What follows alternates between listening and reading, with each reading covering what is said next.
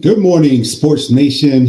It's Big Mac Sports here to give you the latest and greatest. It wasn't a really good showing by the San Francisco 49ers yesterday. Today's show just about ranting, whatever you have to say. Put it on the post comments. Post your comments here.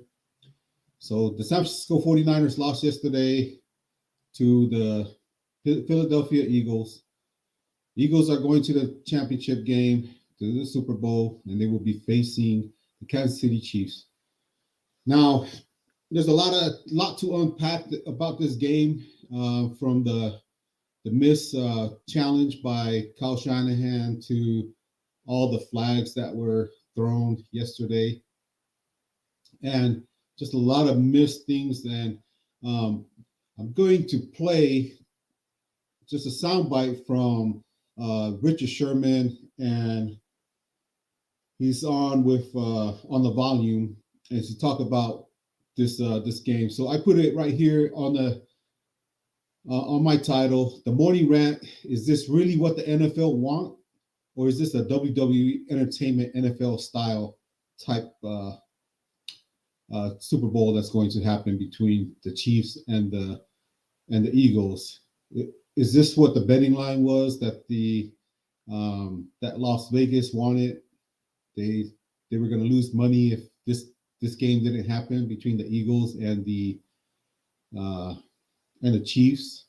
And of course, I wanted the Niners to be in there. I wanted I wanted them to face the Bengals, but that could be something for next year. So here we go. I'm gonna play this little clip from Richard Sherman. See if I can get it up here. This is the refs Super Bowl. The refs got involved, way too involved in both games. In this first game, SF had 11 penalties. Philly only had 4 and crucial penalties. It's drive-sustaining penalties. And the next game, they had drive-sustaining penalties. It just wasn't the way you want a playoff game called. Now the Eagles earned the win. Okay, right there. Why didn't they just let the players play in the games?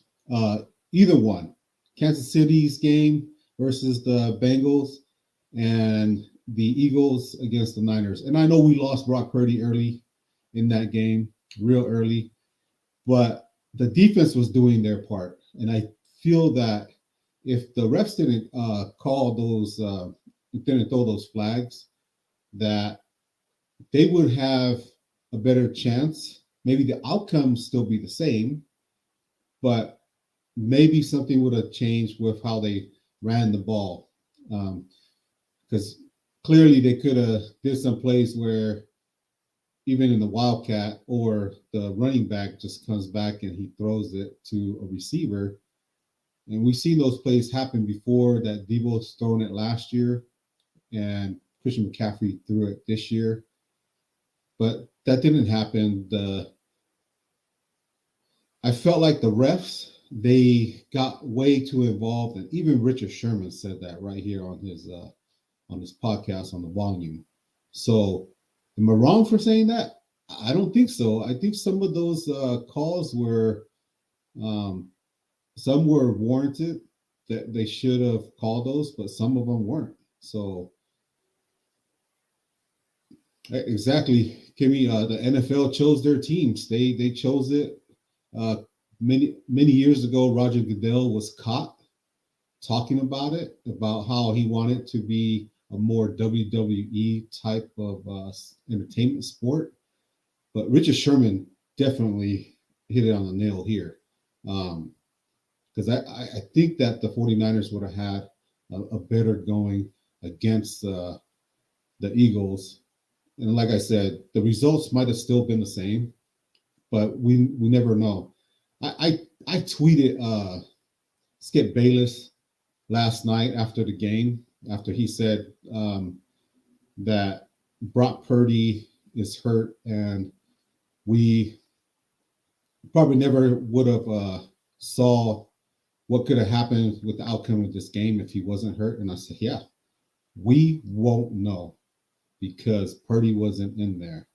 Skip Bayless kind of acted like that the game would have still been the same outcome, but we don't know. If Brock Purdy was in there, we don't know what the outcome would have been.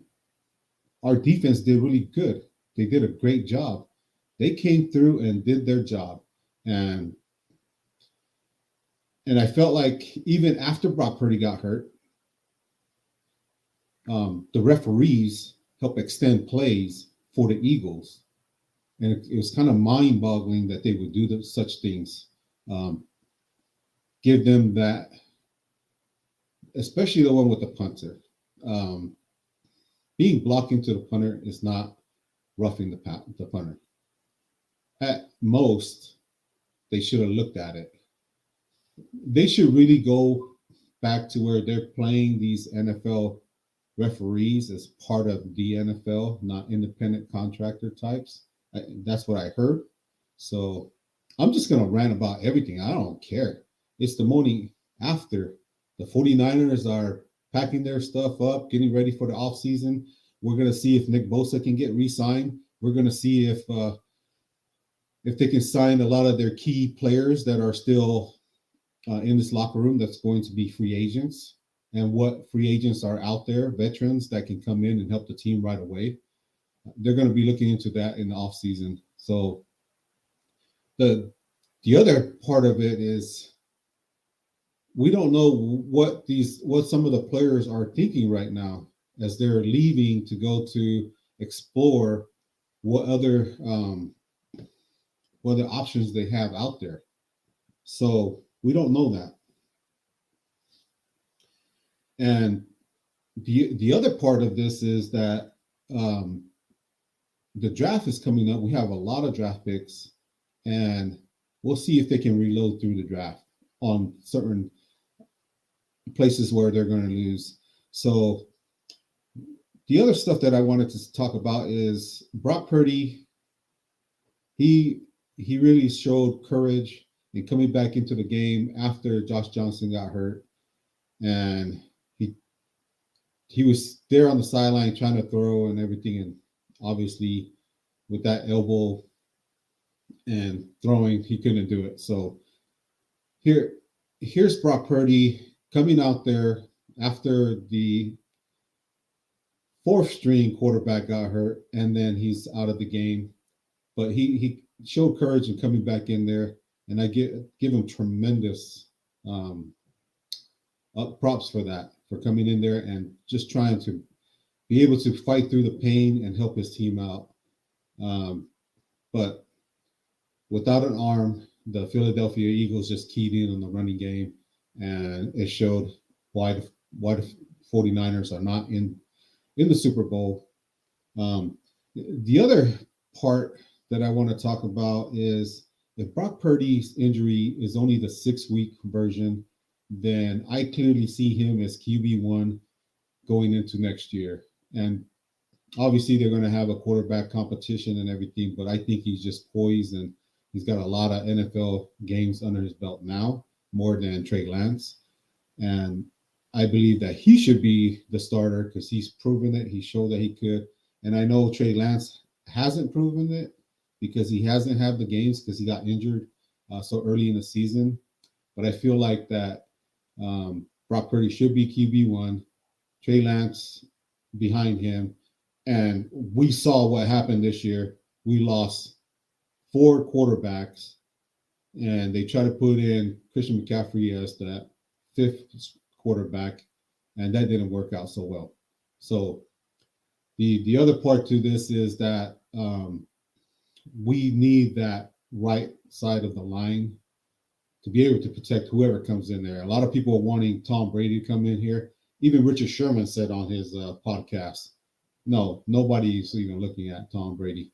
Yeah, Tom Brady wants to come in, retire at the team that he grew up loving, and in the city, in the area that he grew up in, out there in Menlo, and fine, or San Mateo.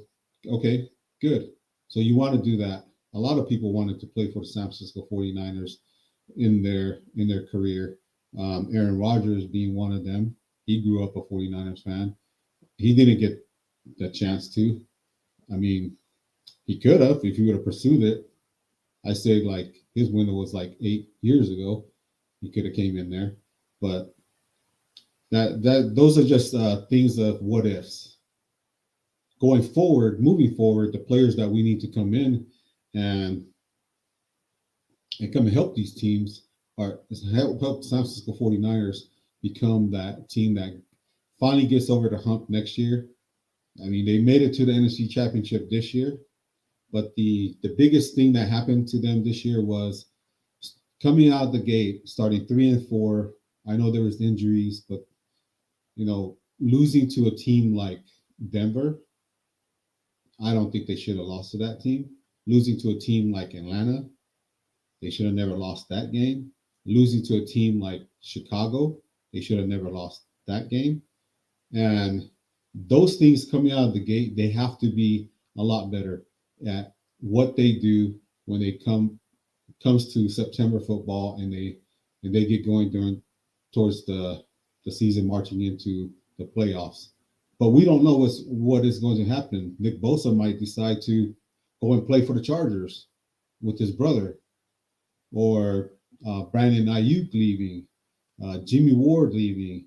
There's just a lot of different key players on this team that might be suiting up for other teams in the future. And we just have to see which way these players are thinking right now, which way they should go. And I was watching Grant Cohn earlier today and his rant about Kyle Shanahan, which is warranted in some aspects.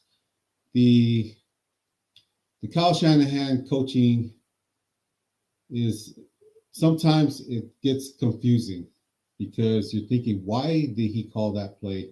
Why did he do this? Why did he do that?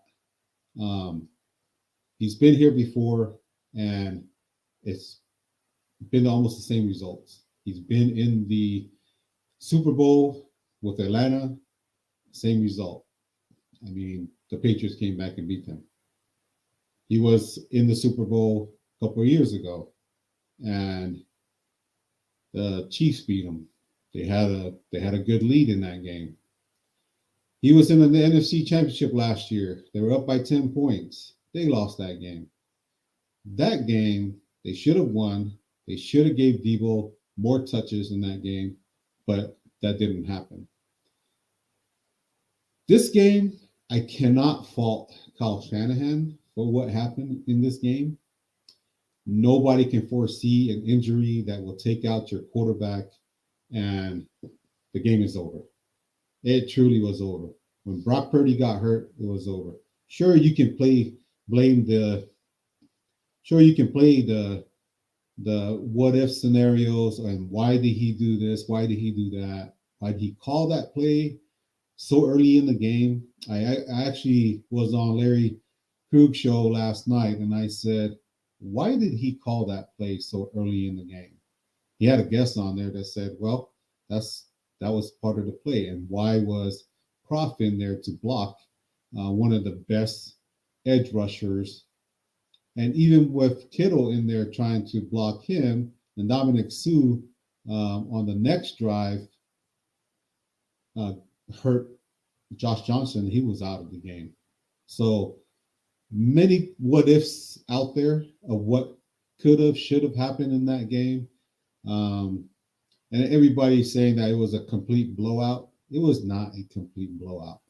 Look at the film. Look at what happened. The refs had their hands in this game. If we had a quarterback that can throw, we would have beat that Eagles team, definitely.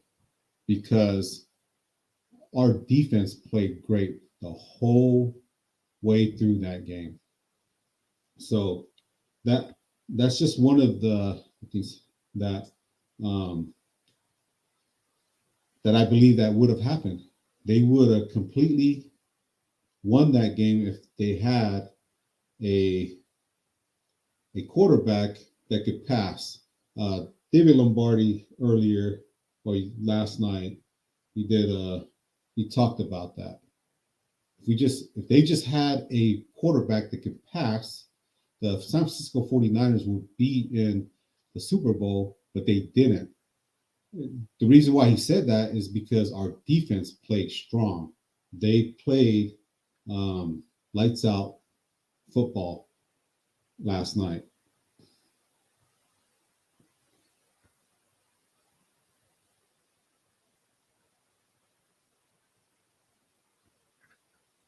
So one of the biggest things that why David Lombardi said that because of the defense. If you look at they held the Eagles under 300 yards. It was like 120 something yards for Jalen Hurts passing. I mean the secondary did their job. They got after those guys, and that big play was hey, what's up, Brian Cope?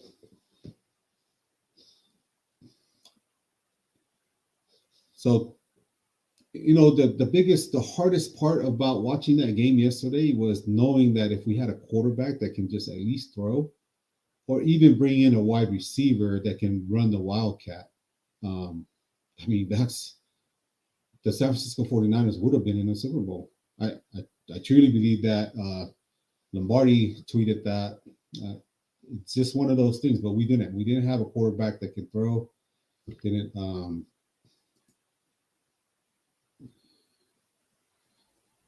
We do. Hey, Brian Colt. We do need a quarterback. Thanks for chiming in. But I mean, we went through 4 quarterbacks this year, 2 of them yesterday. It's kind of a crazy game, and I've never seen where you went down to your last quarterback and then you had to insert the quarterback that got hurt already earlier in the game just to hand off.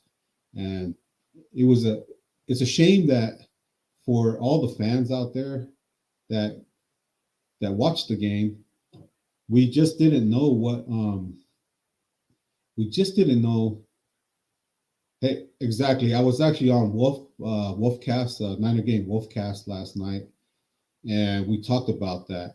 And I even asked Larry Krug that also on his show, why didn't we sign Cam Newton, at least for a backup? Why did we get Josh Johnson? Out of all the football quarterbacks that were still out there unsigned, why couldn't we have just signed this guy? I mean, Wolfcast, he tweeted out today that Steve Young was like, "Hey, I'm out in the parking lot warming up," But that's one of those things we don't know. We don't know why some of those decisions are like that. And actually, Larry said that the decisions to getting these backups to come in is not entirely on Kyle Shanahan. It's on John Lynch. So that was a pretty good statement that he said. It's like John Lynch makes these decisions because he is part of that that front office that make the decision of who to sign and who not to sign. And it would have been a better game if we just had. Yeah, you're right. Yeah, Wolfcast is good. He and I are going to do a show together sometime this week. We're going to do a show together, and Wolfcast, he's a really good guy. He lives out there in Arizona. But yeah, and we talked about he's going to come on earlier today or later today. He's going to be broadcasting. So yeah, tune in for his stuff later today, and hopefully I can get some more. I just started this channel, just going into the 49ers area because I'm a big 49ers fan, and it's just cool to be able to get on the platform and be able to talk about the teams. The other part about not signing good backup quarterbacks, they had this guy in before 3 times on the 49ers, and they should have known then he's not up to the task of coming in big moments and big plays. the the biggest thing that that they should have at least went and searched for somebody besides Josh Johnson. Like that signing to me was a head scratcher because I had no idea why they would sign Josh Johnson. They had him in the building before, and why they would even put him in that position in the first place. So yeah, but that's hindsight. That's 2020.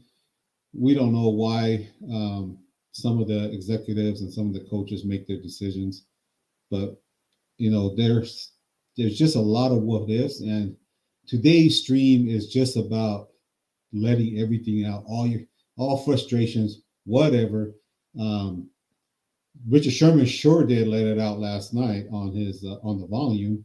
He's like, yeah, this is the Super Bowl is going to be dubbed the Ref Bowl because that's the hey, yeah, Ja'Cory Royal, welcome. He says, LOL, the NFL has went strictly entertainment. Exactly.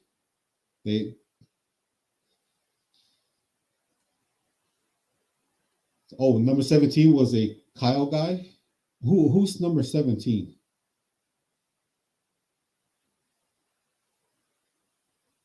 Just that's on you, Brian Colt.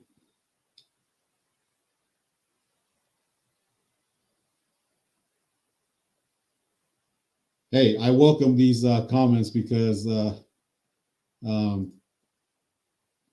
fix players in on it, coaches in on it. It's just too obvious now. So because this is just a rant show today and everybody can say whatever they want, it was kind of telling when the broadcast came up and you saw Roger Goodell sitting next to Biden's wife up there, and she's an Eagles fan. And I was like, oh, we're probably going to be in trouble on this one. So, Josh Johnson is number 17. He's a Kyle guy. Oh, boy.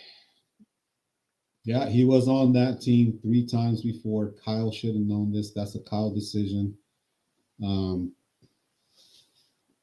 Hey, I felt like that after the game. It was like Ja'Cory says that the announcers give it away so much now. It's a clown show.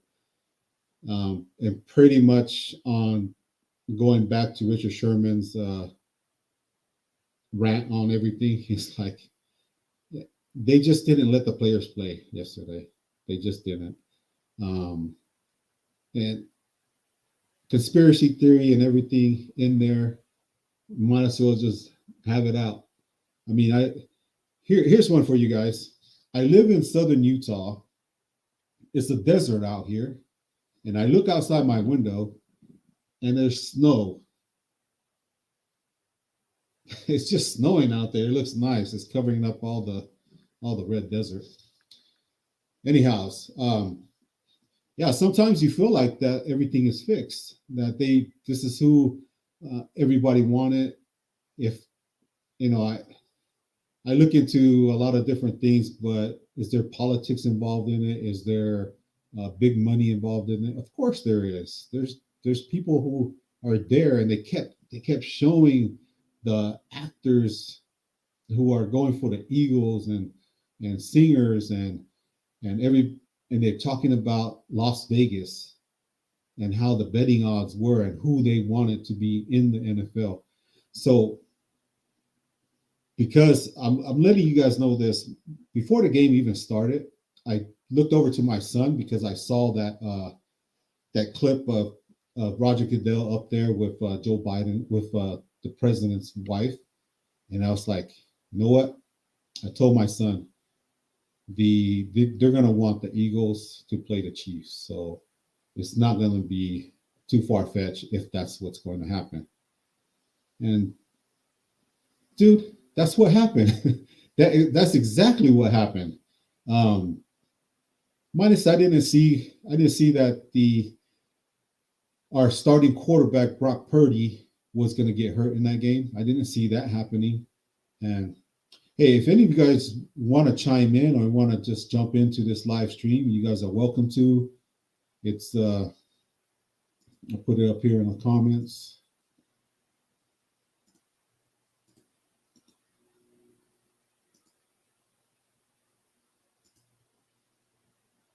So yeah, and if anybody wants to jump in, jump on in. Come on in.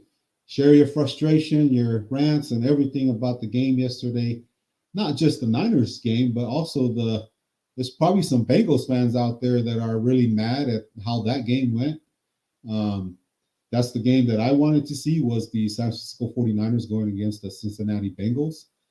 And that's one of the craziest thing about conspiracy theories, is that what if this happened, or what if somebody pulled the trigger there?